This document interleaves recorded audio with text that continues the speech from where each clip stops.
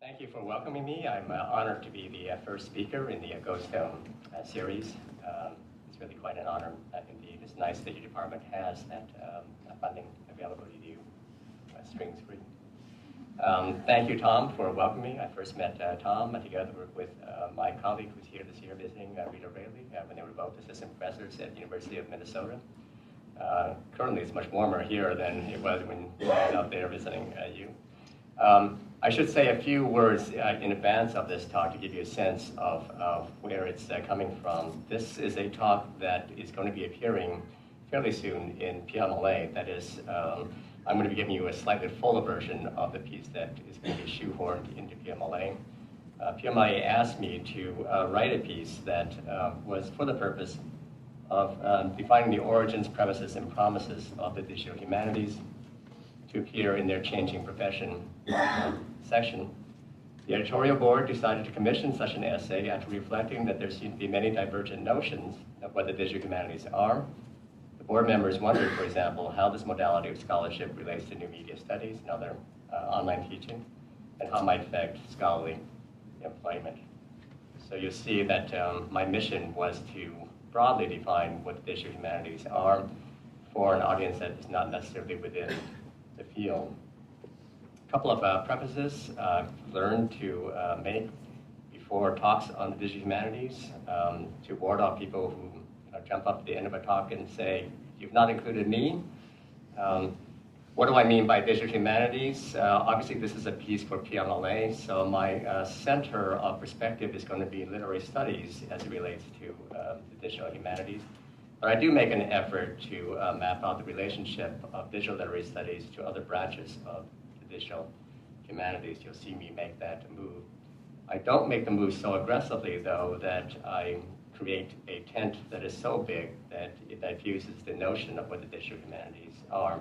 I don't try to, for example, include the design field because I think it's probably aspirational at the current time to say that that is part of the humanities.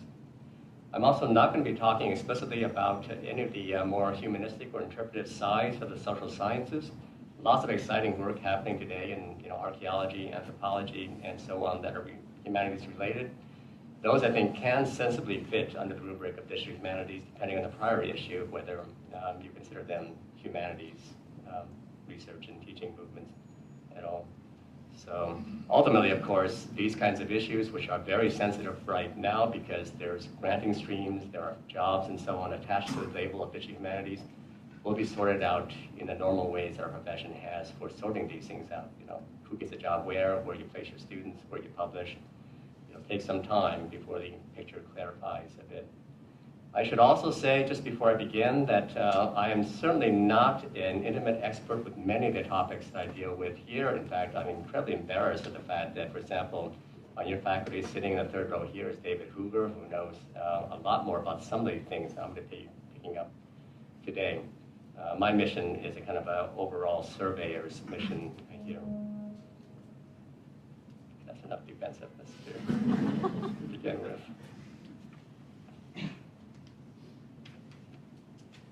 What is the meaning of the digital humanities to the humanities? This question of disciplinary meaning, which I ask from the viewpoint of the humanities generally, it's my mandate, is larger than the question of disciplinary identity now preoccupying DH itself, as the field calls itself. Having reached a critical mass of participants, publications, conferences, grant competitions, institutionalization, general visibility, the field is vigorously forming an identity. Recent debates about whether the digital humanities are a big tent, who's in and who's out, whether you have to know to code or to build, the need for more hack, less yak, and who are you calling untheoretical? These are memes of the conference circuit and the online discussions in the field. Witness a dialectics of inclusion and exclusion that's probably not too much different from other emergent fields in the past. An ethnographer of the field, indeed, might take a page from someone like Claude Lévi-Strauss and chart the current digital humanities as something like a grid of affiliations and differentiations between neighboring tribes.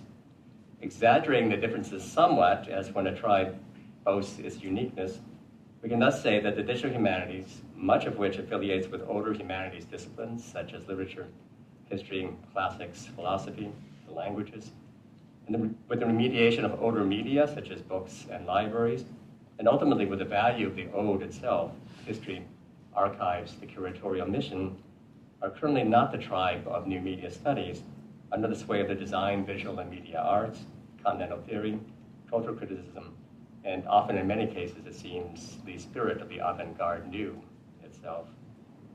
Similarly, despite significant trends toward networked and multimodal work spanning social, visual, oral, and haptic media, much of the digital humanities focus on documents and texts in a way that distinguishes the field's work from digital research in media studies, communication studies, information studies, and sociology.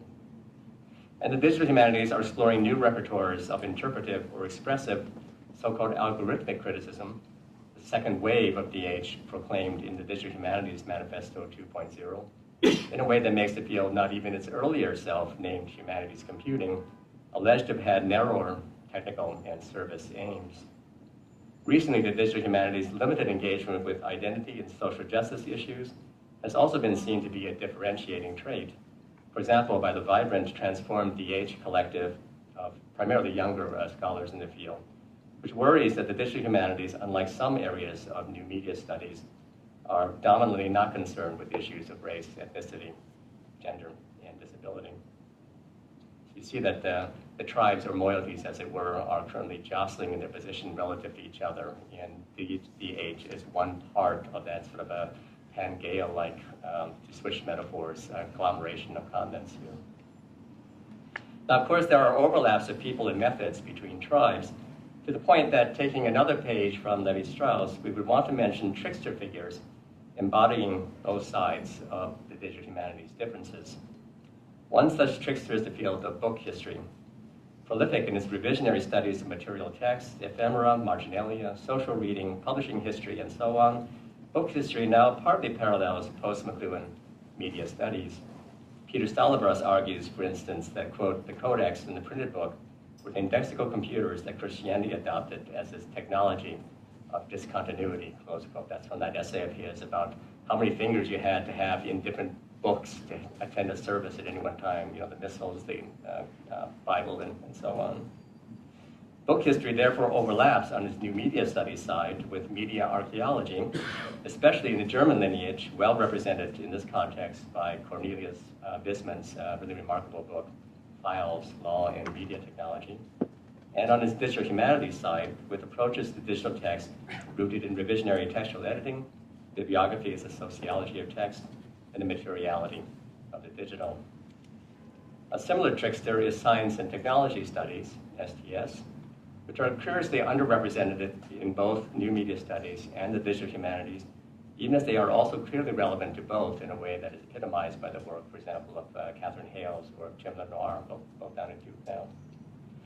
So too, historical sociology, which is a field that now applies social network analysis to historical document corpora, is a trickster, splitting the difference between the social sciences on the one hand and the digital humanities on the other, the latter of which also increasingly uses social network analysis to study plays, novels, reception, history, etc. And of the communities of people who overlap trickster-like between the digital humanities and new media studies, the Haystack Collaboratory, which has had enormous success tapping into the energies, especially of graduate students, the so-called Haystack Scholars, is probably the most coyote. Are there any Haystack Scholars here by any chance? Yay! Kathy Davison was sitting in the audience when I used that word coyote to describe her collaboratory. She grinned. Yet even if we were to complete our hypothetical ethnographer's chart, it would not adequately, I think, explain the digital humanities. We'd be leaving unexplained the relation of the digital humanities to the humanities generally. My thesis is that an understanding of the digital humanities can only rise to the level of an explanation. We see that the underlying issue is a disciplinary identity not of the digital humanities, but of the humanities themselves. For the humanities, the digital humanities exceed, though they include, the functional role of instrument or service, the pioneer role of innovator, the ensemble role of being just another additional field in one's department, and even such full political roles often assigned to new fields such as challenger, reformer, and in this case, less positively, fifth column. This is because the digital humanities also have a symbolic role. In both their promise and their threat, the digital humanities serve as a shadow play for a future form of the humanities that wishes to include what contemporary society values about the digital without losing its soul to other domains of knowledge work that have gone digital to stake their claim to that society. Or, precisely because the digital humanities are both functional and symbolic, a better metaphor would be something like the register in a computer's central processor unit, where values stored in memory are loaded for rapid shuttling, manipulation, and testing. In this case, to try out new humanistic disciplinary identities evolved for today's broader contention of knowledges and knowledge workers. The question of the meaning of the digital humanities, I think, best opens such an argument to view because it registers both a highly specific problem in the digital humanities field and the larger crisis, let's call it, of the meaningfulness of today's humanities. Now, meaning is clearly a meta-value and also meta-problem for the digital humanities. To unpack this meaning problem, I'm going to spotlight a recent work of digital literary scholarship by two beginning scholars that is state-of-the-art and representative of major trends in the digital humanities, a tactic that has the additional advantage of providing outsiders to the field with a single end-to-end look at a single work of scholarship. The work is Ryan Heuser and Long Lecoq's A Quantitative Literary History of 2,958 19th century British novels, the Semantic Cohort novel, which appeared in 2012. It's the fourth in the highly influential series of pamphlets, as they call them, from the Stanford Literary Lab. Heuser and Lecoq report on their, this is online, by the way, as well. Heuser and Lecoq report on their innovations in the methods of distant reading and text mining that are the signatures of the Stanford Literary Lab, where they work together with Matthew Chalkers, Franco Moretti, and many others. And they do so with a methodological self-awareness that puts the meaning problem front and center. This is from near their opening. What is the meaning of changes in word usage frequencies? What do we do with such data? With much current research drawing on word frequencies and other quantifiable aspects of culture, these are big questions. We can see now that the greatest challenge of developing digital humanities methods may not be how to cull data from humanistic objects, but how to analyze that data in meaningfully interpretable ways. And several such reflections later, near their end, the general methodological problem of the digital humanities can be bluntly stated: how do we get from numbers to meaning? The objects being tracked, the evidence collected, the ways they're analyzed, all of these are quantitative. How to move from this kind of evidence and object to qualitative arguments and insights about humanistic subjects, culture, literature, art, etc., is not clear. Now, throughout, Hughes and Lecoq thus give meaning, we might say, the gravity that indicates that in the digital humanities, the meaning problem has roughly the same weight as the so-called saving the phenomena problem in the history and philosophy of science. The problem, that is, of relating empirically observed phenomena to explainable, theorizable, predictable, that is, saved phenomena.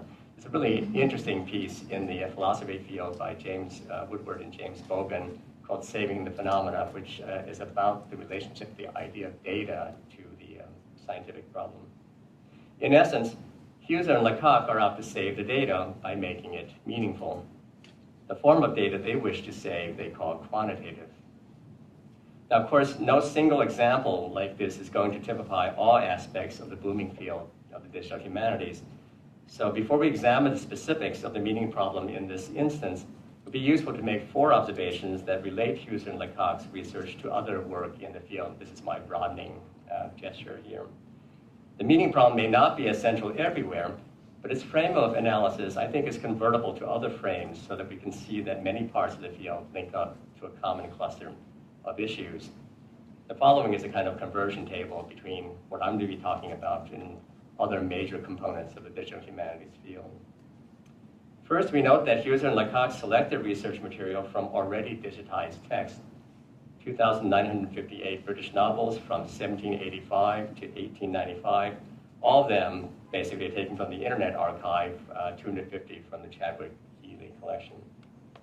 This means that their work belongs not in the orbit of digitizing, text encoding, publishing, or archiving work, which are activities characteristic of many projects of digital editing, digital collecting, and digital curating, but in the orbit of processing and analyzing already built digital repositories in the manner of projects in text analysis, social network analysis, visualization, spatial history, and so on. Still, the digital humanities are young enough that these two broad modes of work are not fully specialized. On the one hand, leading text encoding and digital archiving projects find it necessary to create their own analytic processing and visualization tools to present materials. In the fall, I spent a wonderful day at Joe Piscami's Blake Archive shop with his graduate students down at the University of North Carolina, where they showed me state-of-the-art tools of this sort that they were building for their archive. And on the other hand, text analysis, visualization, and other processing projects often have to go to great lengths to select, clean, and prepare pre-existent digital materials as a usable corpus. I've hung around Matthew Jockers, for example, at various conferences and at the Stanford Literary Lab. It's clear to me that even though he talks a lot about topic modeling and other modes of textual analysis, that the deep love of his life is really that wonderful corpus of Irish American literature that he's been crafting ever since he's been a graduate student. I once sat across the table from him in which he smacked his forehead and said, "Alan, for a pristine corpus." I'm sure that David is very familiar with that kind of a work in the background.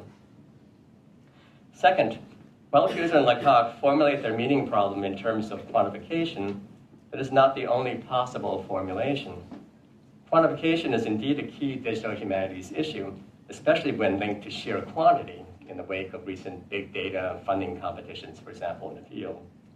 But digital humanists also have non-quantitative ways of putting the meaning problem. One is the idea of models and of modeling processes, as richly developed, for example, by Willard McCarty in his very good book, I think, called Humanities Computing. Models reveal meaning, recognizing patterns, trends, and forms, you see, only by toning down or filtering out levels and complexities of meaning by simplifying in one dimension or another. Diagrammatic models, especially the visualizations proliferating in the digital humanities, including in Huser and Lecoq's essay, are a case very much in point, since large discourse networks, for example, visualized through such very prevalent tools today as Gephi, are comprehensible when their scope or detail is kept low, but otherwise grow into beautifully mystifying galaxies of nodes and links otherwise. That is Matthew Jocker's visualization of his corpus of 19th century novels, shaded somewhat unfortunately in color choice, I think, by gender here. He has to refer to it by abstruse geographical metaphors in order to give us any traction on this large tangled mass at all. He refers to this part of the diagram, for example, as Florida. Another case in point is the kind of textual model instantiated in document-type definitions, DDTs, and XML schemas that enables text encoding work. A well-known debate in the digital humanities thus once concerned whether the so-called principle of an ordered hierarchy of content objects, for shorthand, think of that as nested tags in text encoding, underlying such models makes text machine-readable only by disallowing the full range of what Jerome McGann called human-readable overlapping and recursive structures. These are all simplifying models, in other words, that distort meaning in one way or another. Third, in my conversion table, even if we concentrate on quantification as the key meaning problem, it makes a big difference which disciplinary branch of the digital humanities we're dealing with, since digital history and digital literary studies, to take two major branches, have arrived at quantification through different routes and at different stages. Digital history emerged in a discipline that had already forcefully experienced numerical method. For example, the quantitative side of the Annales School and of Cliometrics. Perhaps as a result, digital history is farther along than most other digital humanities branches currently in molding quantitative work to a related heritage of the Annales method, that spatial and cartographic history. The state of the art in digital history right now is Fernand Braudel, as it were, plus satellite mapping. Doug Seefeld and William Thomas III at University of Nebraska-Lincoln, which has a very strong and robust digital history program, have a nice essay about this called What is Digital History? Jack, missing the last name now. Anyway, there's another essay that's very nice on this topic titled What Do Historians Want with GIS? By contrast, modern literary studies did not have a true earlier encounter with quantitative method, since such innovative works as Josephine Miles' book, Major Adjectives in English Poetry from Wyatt to Auden, which appeared in 1946. If you know that work and the essays associated with it, that's a counting work, a really wonderful, interesting counting work. 1946, that kind of work did not take root in ground that at that time, of course, was being claimed by the new criticism. And quantitative work occurring elsewhere in linguistics and machine translation were simply declared out of field, belonging to that part of literary scholarship that was cast adrift after the fields turned away from, or as Jeffrey Hartman puts it, selective forgetting and now remembering of philology. Digital literary studies thus now comes relatively fresh to quantification, even as they face enormous residual, reflexive, and often uninformed hostility to quantification. Catherine Bode at the Australian National University just put out a book called Reading by the Numbers, which has a nice reprise of now standard criticisms of Franco Moretti, for example. Fourth, and finally, Hughes and Lecoq's research required a combination of skills in programming and interpretation, thus addressing the do you have to be a builder or a coder question that has recently bedeviled the digital humanities field by answering, in effect, well, you have to be both a builder and an interpreter. Less interesting than this question itself, however, which is based on an increasingly obsolete notion of solo work in which one is either a builder or interpreter, is the way Hughes and Lecoq are both builders and interpreters through a very rich and long-standing relationship of collaboration. Now here we reach the outer limits of the frame of the meaning problem, where it converts, I think, into a coextensive frame. Just as meaning is both a meta-value and a meta-problem, so is collaboration as it bears on such urgent issues in the digital humanities as co-authorship, collective project building, multi-graph books, open peer review, social media, crowdsourcing, and of course the hiring and promotion implications of all those. Rather than explore the collaboration problem in its own frame here, I'll note only that it is, I think, fundamentally convertible to the meaning problem. For example, the question of what kind of knowledge exactly is produced by the wisdom of the crowd, collective intelligence, the long tail, the hive mind, folksonomy, and so on. These are all dominant memes of Web 2.0. That's essentially a question about the meaning of the social version of big data. You might call that the big crowd. The mind or mindlessness of that crowd has, of course, been a core problem of modernity since at least the French Revolution. With these four observations as a guide for relating Hughes and Lecoq's work to other emphases in the digital humanities, and of course there's a lot more that I could not get into that little compass guide there, we can now look closely at their pamphlet. The meaning problem comes to the fore there as a consequence of Hughes and Lecoq's key research innovation. They reported their use of a tool that they created called Correlator, which when fed, this is their term, seed words, suggested in part by existing literary scholarship, processed their long 19th century corpus of novels with the aid of a database designed by Matt Jockers that tabulated the number of occurrences of each word in that corpus, to find other words that were statistically correlated with the seed words and whose frequency trends measured longitudinally across the century in decade intervals closely followed the frequency trends of the seed words. Now, this is the only technical part of this talk that you need to get, and I can see your eyes glazing over. So I'm going to resort to the gambit of simply repeating myself once here, and then I will translate into ordinary English. They reported the use of a tool they created called Correlator, which when fed seed words suggested in part by existing literary scholarship, processed their long 19th century corpus of novels to find other words that were statistically correlated with the seed words and whose frequency trends measured longitudinally across the century in decade intervals closely followed the frequency trends of the seed words. So translation, in other words, Correlator finds what Hughes and Lecoq call word cohorts in the corpus consisting of words that kept company with one another statistically and behaved similarly over time, sort of all waxing or waning in frequency together through the century and standing out in that behavior from other such cohorts of words. The final result, which I jump to here while skipping the details of their algorithmic method, as well as temporarily one crucial adjustment step in the method that I'll get to later, is the identification in the word cohorts of what they call rich, consistent semantic fields that, quote, are both semantically and culturally legible, close quote, in their historical trends. An example is the 136 words such as gentle, sensible, vanity, elegant, delicacy, reserve, mild, and restraint that they label the social restraint field in the novels.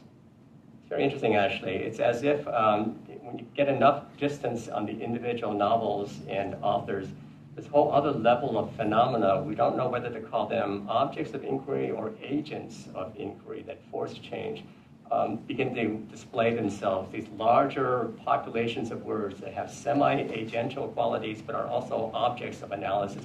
They don't even fit into our ordinary discourse of agents, of actions, of plot lines. Something else is emerging in the background that wants to acquire agency but doesn't quite yet have it.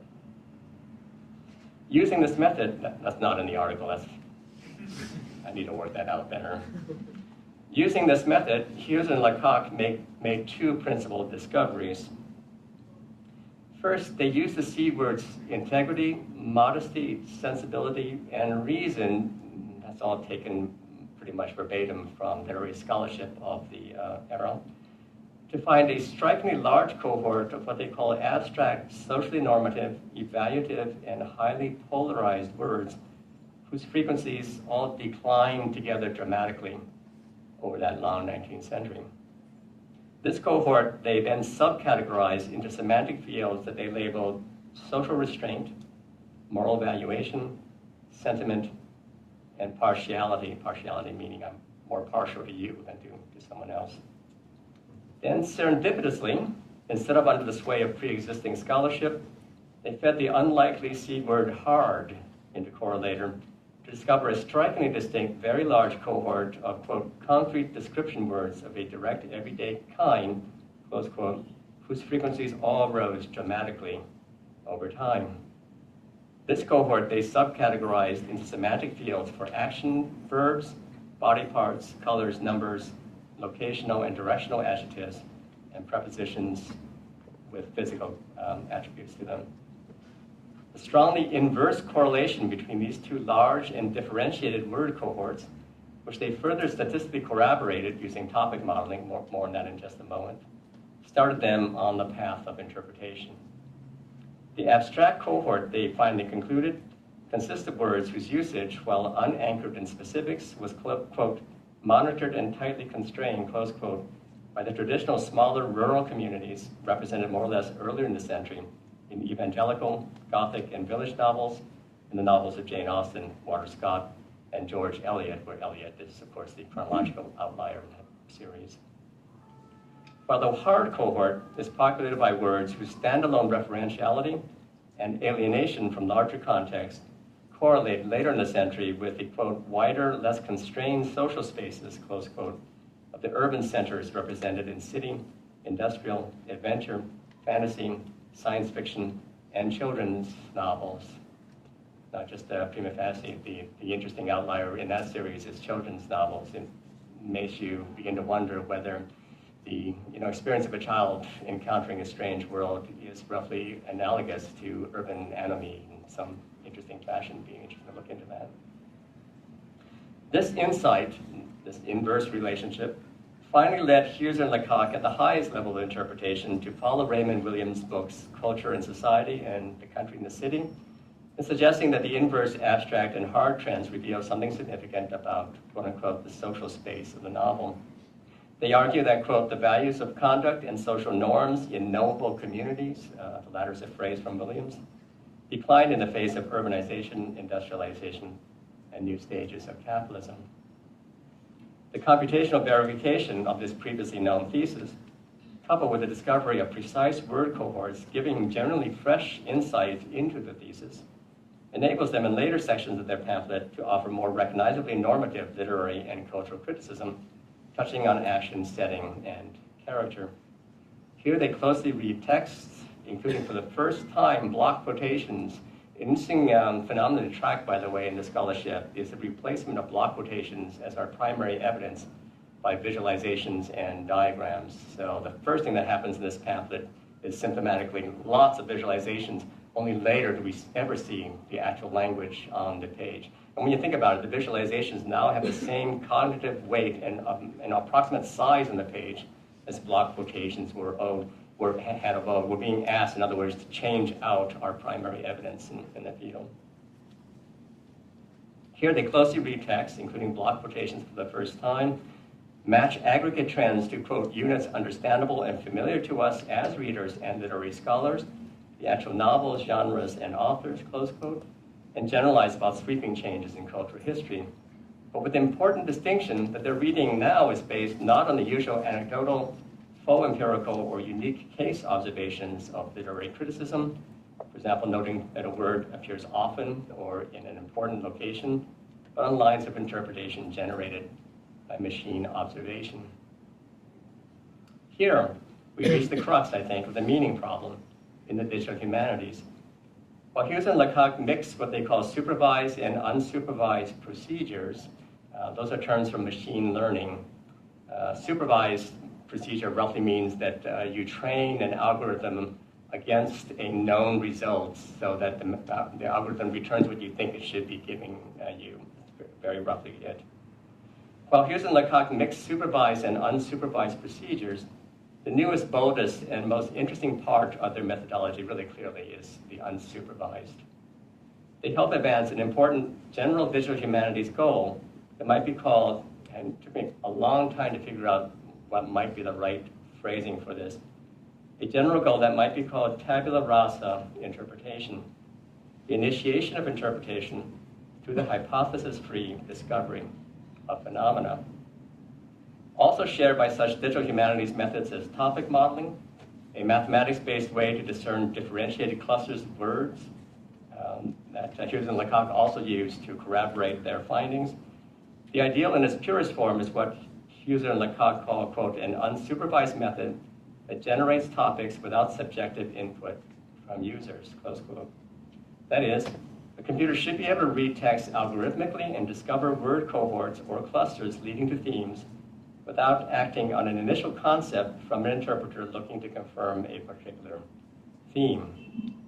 Of course, Hughes and Lecoq assume that there are pre-existing themes to be found in the word cohorts of primary materials, and also that the main mission is to discover them.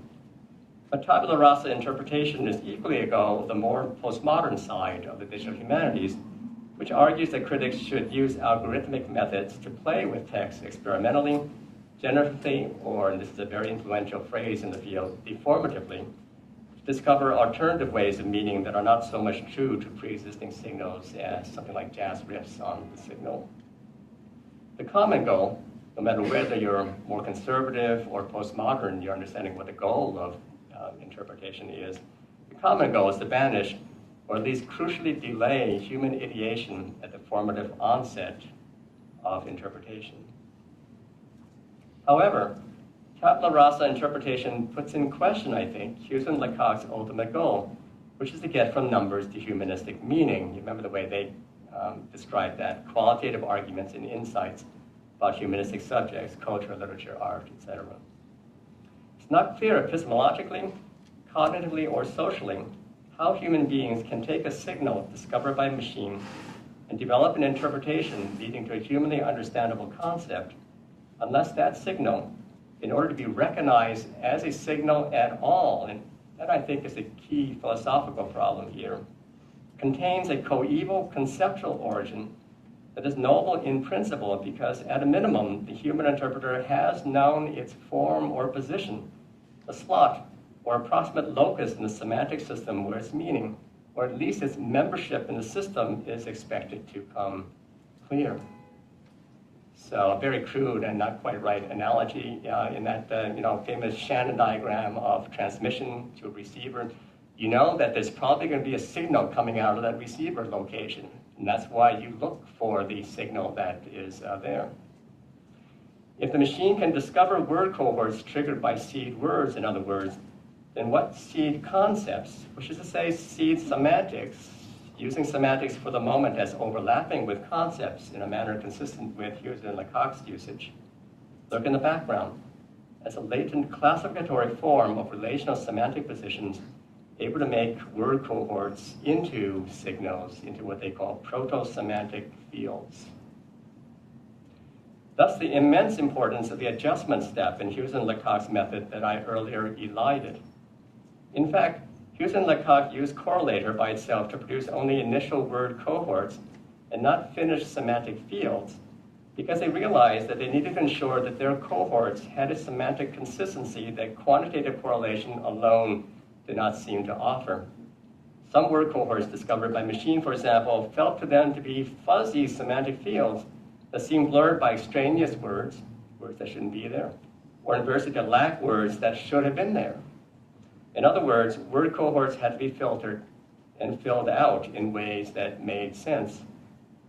Hughes and Lecoq thus realized that they needed not just seed words, but seed semantic concepts suspended precisely in what I above called a classificatory form of relational semantic positions, endowing cohorts with a sense of what is and is not proximate in meaning. In short, they needed a thesaurus. And not just any thesaurus, but one offering a historical semantics matched to the longitudinal dimension of their word cohorts. After they had already begun using correlator, they pulled a rabbit out of a hat. It's an amazing moment in this piece. There are a few like this, actually, in scholarship.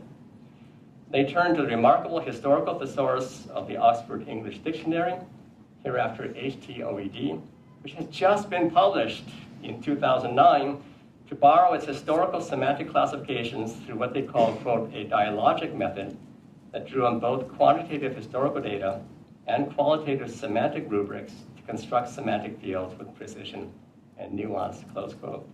They explain more fully.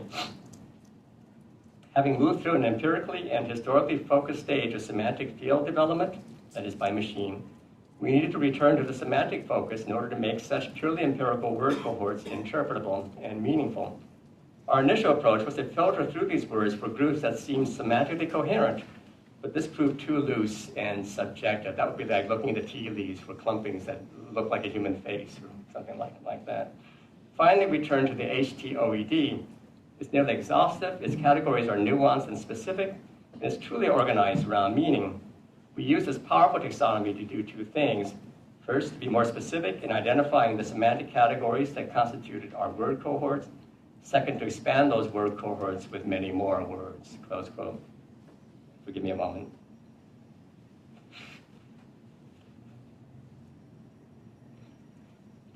There's no graceful way to blow your nose when you talk, especially with a microphone attached. Not to mention, one time I wore one of these and left it on when going to the restroom next time. Created at the University of Glasgow beginning in 1965, the HTOED, if you've not seen it, taxonomizes, this is the online version of it, which I don't think anyone anymore uses the two-volume bound version. The HTOED taxonomizes the English language into three master semantic concepts at the very top of its ontology: the external world, the mind, and society, and then descending the classificatory tree by stages into myriad ramifications. On the lower branches of the taxonomy, synonyms appear in the chronological order in which they enter the language. So, for example, here is the chronological synonym tree for the network concept. At first glance, therefore, the HTOED is the perfect concept hunting guide for Hughes and Lecoq's word cohort hunting machine. This seems even more apparent when we realize just how human-powered the semantic interpretation involved in making the HTOED was.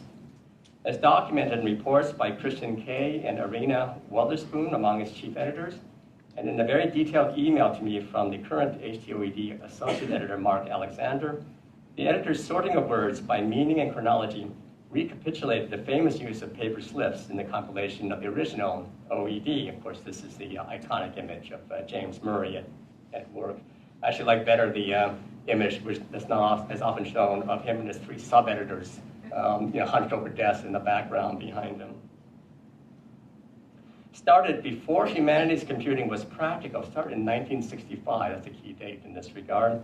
The HTOED required human beings over decades to write down individual words from the OED on paper slips with meanings, usage dates, and sparse metadata.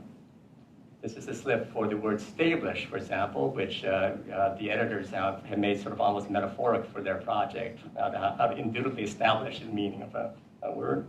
Then to sort, bundle, and file the slips in conceptual groupings and hierarchies. Wonderful stories here about the Great Fire that nearly consumed all these, that recapitulate all those stories about the original fascicles of the OED, which they found live mice and rats and so on. When computation entered the picture, it did so originally in a secondary capacity, merely to drive the print run for Oxford University Press. It was originally a flat format DBase2 database. I've got a lot more material about this that's quite interesting that I can't pack into this piece for PMLA. In its formative state, the bottom line here is the HTOD was a human labor of semantic ordering. By installing the HTOED as what amounts to a plugin for Correlator, Hughes and Lecoq sold their hermeneutical process with a co-seed of human semantic interpretation. They thus solved the meaning problem only by deftly turning the aporia between tabula rasa quantitative interpretation and humanly meaningful qualitative interpretation into its own apparent solution. Quote, a dialogic approach that oscillates between the historical and the semantic, between empirical word frequencies that reveal the historical trends of words, and semantic taxonomies that help us identify the meaning and content of those trends, close quote. They add, quote, strictly speaking, the methods developed here are not looking at word cohorts which have historical consistency but may lack semantic coherence, or semantic fields which have semantic coherence but may have an ahistorical relationship. The real object of study is a hybrid one that satisfies both requirements, close quote. Now, such hybridity, if you read this field, the digital humanities, a lot, is a very prevalent feature of the digital humanities method. Another example is Frederick Gibbs and Dan Cohen's text mining study of Victorian books using the Google Ngram viewer. They speak of moving, and this is a mashup of different quotations from their essay. They speak of moving between traditional and computational methods, shifting between supposed methodological poles, their combinatorial and hybrid approach, synthesizing data from different domains, using methods in concert, moving easily between distant and close reading, and flexibility. Such vocabulary confirms Matthew Kirschenbaum's characterization in an interview with Kate Hales of the quote-unquote rapid shuttling in digital humanities between quantitative and interpretive methods. Now, of course, phrases like oscillation, hybridity, and rapid shuttling are also a very kind way to say that, well, one might know a good DH argument when one sees it, because some exercises are rich, nuanced, and persuasive in ways that others are not. There's actually no method there yet that comes up to the standards, or at least the conventions, of more evolved hermeneutics, starting perhaps with biblical exegesis, whose ways of relating literal, typological, moral, and allegorical modes of meaning might provide an interesting commentary on relating empirical to qualitative interpretation in the digital humanities, and moving forward from there to later philology and hermeneutics. While the wobbling vocabulary of hybridity and shuttling in the digital humanities recalls such older notions as the hermeneutical circle, that is, digital humanists generally have not yet anchored their circlings around meaning, which they call iteration, to theories and practices matching the rigor of older methods. To borrow the memorable title of a piece by Stephen Ramsey, the best that digital humanities have to offer is the hermeneutics of screwing around. How might digital humanities method, or this is a neologism of Ramsey's, screwmeneutics, be better grounded theoretically? I return to my earlier differentiation of the digital humanities from neighboring fields. Two of the deficiencies in the digital humanities revealed in that ethnographic map of fields might be relevant. One is design theory and practice, which Ann Burdick, Joanna Drucker, Peter Lunenfeld, Todd Presner, and Jeffrey Schnapp, in their recent book, Digital Humanities, declare with manifesto-like boldness to be central to the digital humanities field. Now, currently, it seems to me the union between the digital humanities and the new media studies communities that would be needed for a full realization of their vision is more a goal than a reality on the ground, existing in specific projects and not programmatically. But the book's co-authors, expressing a distinctly West Coast view of the digital humanities rooted in media and design arts, I think are right to aim for design as a principle of knowledge discovery and generation, rather than more typical in the digital humanities right now as an after-the-fact rendering of data in scatter plots, social network graphs, and other stale visualizations, or equally tired book-like or blog-like publication interfaces. As the co-authors of this book put it, and this is an assemblage of their quotations, when used to pose and frame questions about knowledge, design as an intellectual method, an embodiment of a project's argument and methodology, an act of thinking, and a new foundation for the conceptualization and production of knowledge, close quote. Now, you have to drink a little bit of the design industry's Kool-Aid to buy all that. That began in the 1920s and 30s in that era that led up to Bauhaus, for example. But nevertheless, I think the point stands. Interactive, multimodal, dynamic, and participatory design in the digital age is a method, they argue, and I agree, not just a pattern recognition, but a pattern understanding. Seeing design in data is a method for knowing meaning in the digital humanities. How else, after all, could you approach meaning in a large Gephi graph of something like 1 million data points without a design interface in the middle? The other deficiency I refer to is science and technology studies, STS, which digital humanists often include even as they speak of digital technology, media technology, and so on, as if technology were an indivisible part of digital and media, without its own history, philosophy, sociology, politics, economy, and aesthetics all tangled up with, but strangely divorced from, science. I invoke especially the postmodern branch of STS, for example, Paul Feyerabend, Bruno Latour, Andrew Pickering, whose against method view of science, especially in its weird relations with technology, is that any quest for stable method in understanding how knowledge is generated by human beings using machines founders an initial fallacy that there are immaculately separate human and machinic orders, each with an ontological, epistemological, and pragmatic purity that allows it to be brought into a knowable methodological relation with the other, whether a relation of master and slave, cause and effect, agent and instrument, or another.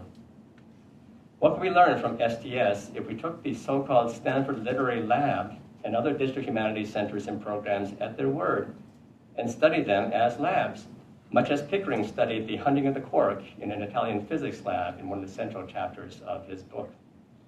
The answer is likely that digital humanities method, converging with, but also sometimes diverging from scientific method, consists in repeatedly co-adjusting human concepts and machine technologies until, as in Pickering's thesis about the mangle of practice, the two stabilize each other in temporary postures of truth that neither by itself could sustain.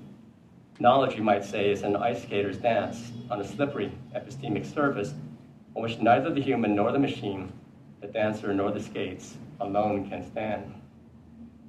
STS, in other words, is another method for knowing meaning in the digital humanities. In fact, it can be thought of as complementing the method of design. The difference between a mangle of practice and a dance, after all, is design. Indeed, an STS approach opens a fascinating chapter in our reading of Hughes and Lecoq's work that I can only briefly relate here. I've got another sort of shelf full of materials I cannot cram into this piece. While I've not conducted STS-style ethnographic and documentary research on the Stanford Literary Lab, except through informal observations during a day-long visit at the invitation of Matt Joggers and Franco Moretti a year ago. Actually, I've made 2 visits to the lab now. I've looked from a distance into the lab, call it, of the making of the HTOED. That is the Human Semantics Lab that Hughes and Lecoq positioned as a partner to their computational analysis lab. When we view the HTOED in this way, we realize that Hughes and Lecoq pulled not just any rabbit out of a hat. but a special rabbit, much like the one that led Alice down a rabbit hole. The HTOED is less a solution to the meaning problem than a recursive looking glass version of the identical problem. At least 5 aspects of the making of the HTOED are relevant in this regard. 1, while the creation of the HTOED was essentially pre-computational, it was not, of course, pre-technological. Requiring human beings to write words, meanings, and metadata on paper slips, and then to sort the slips in drawers and later in databases, the HTOED originated as a thoroughly entangled human technological rather than simply human semantic act. So right from the beginning, you have to wonder yourself what semantic interpretation actually means there. It's not Mark Alexander sitting there with that paper slip established, wondering where to classify it. It's Mark Alexander sitting there with that paper slip, putting the agency under the paper slip, and that filing drawer and system, all that entire machine being the computer in the original human/technical sense of that term. 2, following Husserl and Lecoq, I've so far treated semantics and concepts as coincident. But in reflecting on the HTOED's method, its editor, Christian Kay, separates out lexical semantics, meaning relations purely among the words, as if the words were pieces of tile they were trying to put together, and conceptual semantics, meanings linked to external world reference. A focus on the former, lexical semantics, she says, was, quote, essentially the procedure adopted in HTOED. It's what we mean by saying that the classification should emerge from the data, close quote, being the purely lexical data, the cognitively agnostic data, meanings of data in their source text. 3, now the phrase emerge from the data there, often repeated in the discourse of the HTOED's editors as they reflect on their work, is a cue for an important tenet of the HTOED. As Kay argues, quote, our theoretical position on HTOED has always been that the classification at whatever level should develop from the data rather than be imposed upon it using some predetermined schema, close quote. The underlying authority of the HTOED, it turns out, is data, the record of the English language observed through the instrument, let's call it, of the original OED. That is, the HTOED itself adhered to the principle of the tabula rasa, discovery of phenomena, and initiation of interpretation after that discovery, in this case, taxonomic or classificatory interpretation. 4, it was thus after surveying their lexical data that the HTOED editors contravened the ordering scheme of their canonical predecessor, Roget's thesaurus, which had put abstract relations first in its ontological tree. The HTOED puts the quote-unquote external world first in its trinary taxonomic structure. That's because concrete and near-to-hand word senses relating to the external world simply appear in the language first, so those meanings are earlier in their chronology. The implications for our reading of Husserl and Lecoq are quite startling. The very long historical trend identified by the HTOED, in which concrete words precede abstract ones, is the exact reverse of the so-called long 19th century novelistic trend that Husserl and Lecoq identified, in which is the reverse pattern, in which abstract words dominate earlier and hard words later.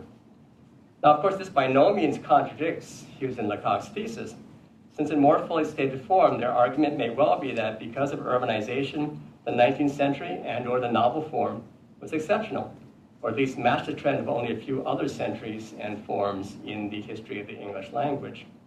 But a commitment to reading 19th century novels in conjunction with the HTOED's very much larger corpus would require further testing to see how exceptional the 19th century trend really was, and thus whether additional social-cultural or other phenomena must be factored in to explain its specificity. Ted Underwood and others have actually some interesting reflections and criticisms of this piece based on that exact point, that there are other factors going on here in the background, such as aesthetic fashions that militated toward using more concrete words as we move toward Romantic times.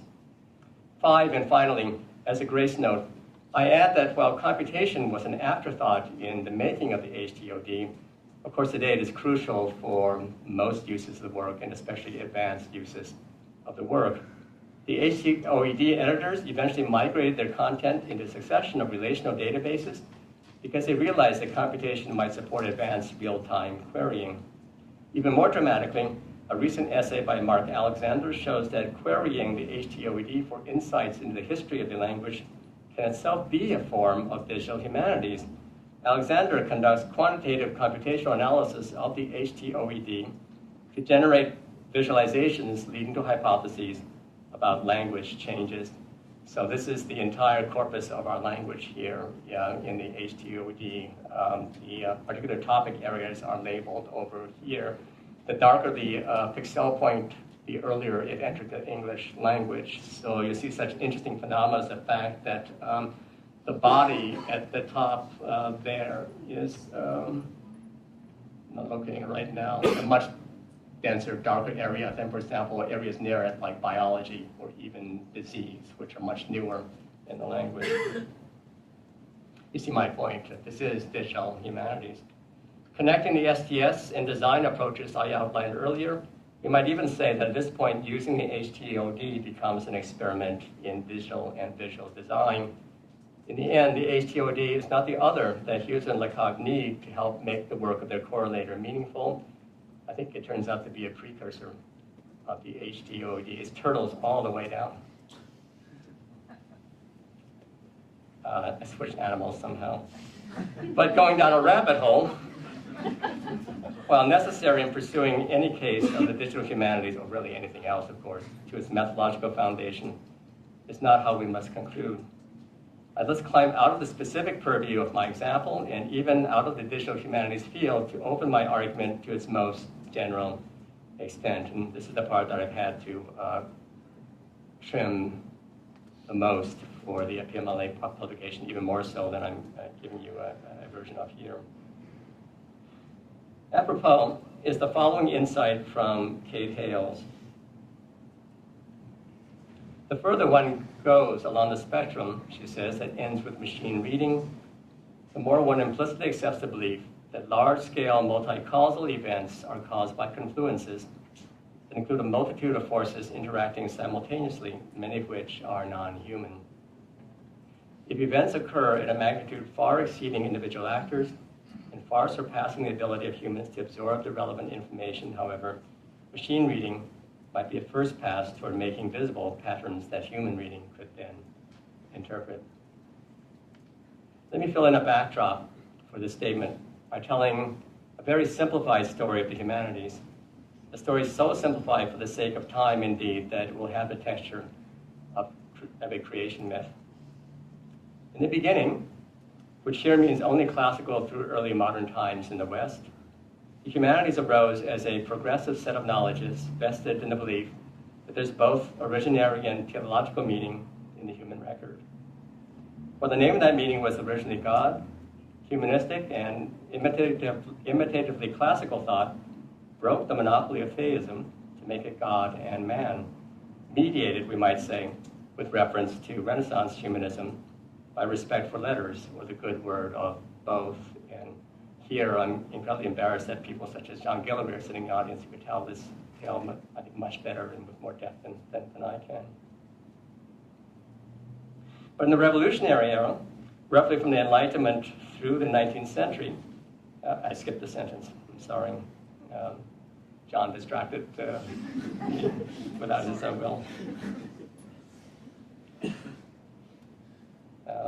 Know God and know thyself, in other words, were the missions, the dual missions and conditions of progressive human meaning.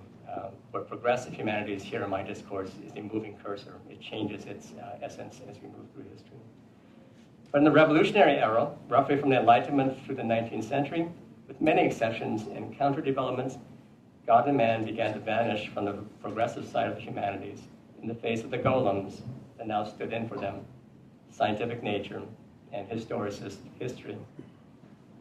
Then in the early 20th century, such new golems as the unconscious, modes of production, Bavarian bureaucracy, Saussurian language, and so on, joined the pantheon of inhumanity, or as we now say, transhumanity, that the progressive wing of the humanities was challenged to humanize. The mid and later 20th century subsequently piled on the golems of mass society, media society, corporate society, big government, and so on, segueing into today's neoliberal globalism, and information society. Our newest golem is a network. It's not accidental, I can now reveal, at the beginning of this talk, I chose to allude to Levi-Strauss and structural anthropology. I wanted something like that there. Structuralism is a convenient midpoint to pause upon on the long modern path toward understanding the world as system. Whether a system viewed as homeostatic, or in the manner of Prigogine systems theory, post-structuralism, or creatively destructive neoliberalism as radically unstable, that has forced the progressive side of the humanities to split off from earlier humanities of the human spirit, Geist, and human self, to adopt a worldview in which, as Hale says, large-scale multi-causal events are caused by confluences that include a multitude of forces, many of which are non-human. How could progressive humanists make a place for the human in such a world increasingly conceived as system? From the era of Raymond Williams on, they increasingly proposed a solution that they named culture, which Manuel Castells has now grafted onto information network culture in his thesis, for example, about the power of identity in a world as network, which I've myself recommended to the digital humanities as a concept it still predominantly has not grappled with in my essay, Where is Cultural Criticism in the Digital Humanities? Yet how adequate will this solution prove when the Google Ngram viewer offers what the Harvard research team behind it calls a methodology of culturonomics, that in its popular parlor trick usage becomes the golem twin, the reductio ad absurdum of the digital humanities. Quote, if Raymond Williams were here today, Hughes and Lecoq speculate in their pamphlet with reference to the Ngram viewer, what would he think? Faced with Ngrams and the possibility of sending millions of texts at a time, would he be tempted to look up that keyword, culture? Well, of course, and see how any of us from now on can resist the temptation to look up the prospective title of our new book, for example, in Google Ngram Viewer, just to see what the popularity of that is. As registered by the digital humanities, the general crisis of the meaningfulness of the humanities today is that humanistic meaning, with its residual yearnings for spirit, humanity, and self, or as we now say, identity and subjectivity, must compete in the world system with social, economic, science, engineering, workplace, and popular culture knowledges that do not necessarily value meaning, or even more threatening, do value meaning, but frame it systemically in ways that alienate or co-opt humanistic meaning. Humanistic knowledge today is thus increasingly assimilated to what humanists themselves call research, evidence, analysis, method, productivity, and impact. As you know, that term has been institutionalized in the research assessment framework in the UK. With no unfilled time and space left for any old ghosts in the machine, unless, as I've argued in my book, The Laws of Cool, there yet remains a yearning, nowhere keener than among our students caught in the educational mangle, to be cool. Cool people say nix to today's knowledge work system, even as they walk into the cubicles of that system. That's why they love that show, The Office, so much. If you read I think it was the New York Times story about that show this morning, it first took off among the college set, right, who bought it on iTunes and so on. They knew what they were headed toward. Now, of course, if this were only a problem of research methodology, then I would be extravagant to call it a crisis in the meaningfulness of the humanities. But crisis is appropriate when we realize that the meaning problem also affects pedagogy and jobs in the wake of the economic recession, which brings the problem cruelly to bear on individual humanists in training or seeking jobs, not to mention on the humanities programs that nurture and employ them. Here opens a set of topics that I cannot deal with in present limits, but that more fully demonstrate how the digital humanities register the larger issues of the humanities today. One topic is the way digital pedagogy, you know that I can't get through a DH talk without this acronym dropping in. One topic is the way digital pedagogy, as witnessed in current controversies over MOOCs, all digital campuses in public universities, and so on, registers the possibility of gigantic changes in the aims, practices, audiences, infrastructure, and staffing of humanities teaching. The academy more broadly, but the humanities is an especially interesting spot to think about in the problem. The bluff is now called on decades of defensively legitimating the humanities as thinking and language skills, added on top of traditionally meaningful humanistic knowledge. If the humanities fit that mold in part, then maybe some administrators and legislators think they should fit it entirely so that their content can be delivered modularly through the internet in the manner of the MOOCs or Khan Academy courses in the STEM fields that have made the biggest public impression. Another topic is the job market for digital humanists, especially in regard to tenurable faculty lines versus so-called out-act alternative academic career adjunct staff support and cultural institution positions.